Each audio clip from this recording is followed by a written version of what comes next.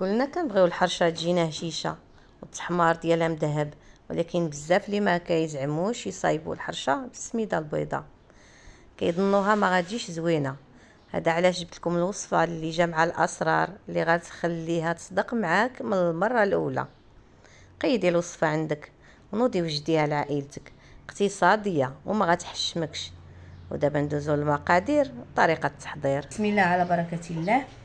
عندي هنايا 3 زلايف ديال السميده البيضاء، السميده البيضاء رقيقه. بزاف الناس ما تيزعموش يصاوبوا الحرشه بالسميده البيضاء، صراحه كتجي زوينه اقتصاديه. عندي هنايا معلقه صغيره ديال الخماره قياس ساشي ديال 8 غرام، وعندي هنايا معلقه صغيره ديال الملح.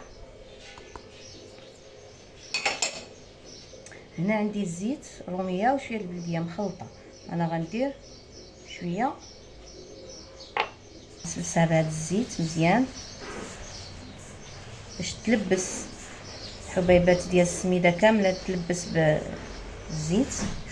هنا قياس واحد كاس الربع اللي درت، كاس الربع ديال الزيت. هذا القياس ديال انا عندي مقله كبيره، نتوما غتشوفوا المقله ديالي. كل واحد يدير السميده على قياس المقله ديالو. وواحد الاشاره، الحرشه عموما كتبغي ترتاح، الا لقيتي الوقت خلطيها بالزيت وخليها تبات يكون احسن. ما هذه انا راه درتها معكم ما خليتهاش تبات، ولكن الا خليتيها تبات يكون احسن. دابا حنا مسكناها مزيان بهذا، كتولي ملبسه بداك الزيت. غنخليوها شي شويه ترتاح. بعد ما ارتاحت شي شويه انا ناخذ منها واحد قياس بحال هكذا. هنا عندي معلقه صغيره ديال العسل وشويه ديال الخميره، واحد نص معلقه صغيره ديال الخميره د العجين، ونكمل بالماء العادي. نخلط بها هاد الحريشه. الا خصني الماء غنزيد الماء عادي. كنخلطو غير برؤوس الاصابع، ما تتعجنش.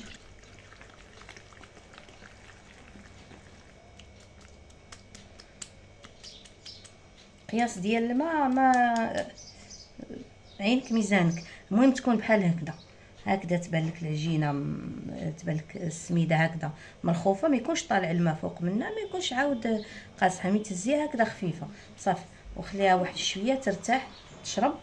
غندوزو نطيبوها في المقله.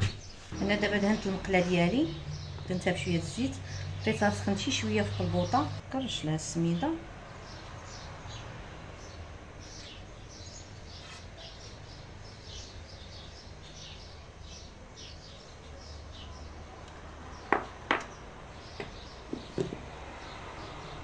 دابا شربت شي شويه السميده اللي خلطناها.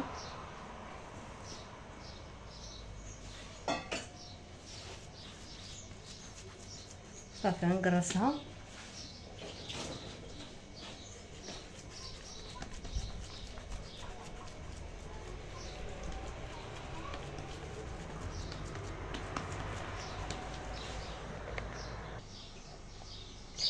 دابا قرصتها ودرت عليها السميده كتشوفوا.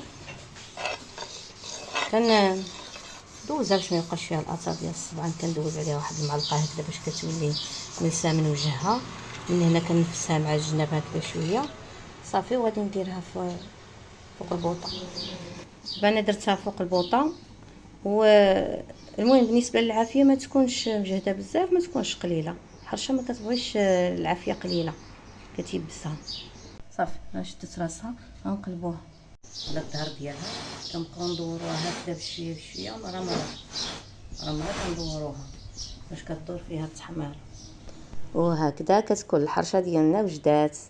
شوفوا لي التحمار كي داير، وهذا اللون المذهب اللي حصلت عليه، والهشاشه ما نقولكش، كتذوب في اليد قبل الفم، مع زبيده وشويه د العسل اولا زويته بلديه وشي كاس اتاي من نعناع. وهاك احسن فطور مغربي من تقاليدنا العريقه. وإلا وصلتوا حتى لهنا وعجبكم الفيديو ما تنساوش ديروا لايك سبسكرايب وبارطاجيو الفيديو مع احبابكم، فضلا وليس امرا. خليو لي شي كومونتير زوين بحالكم.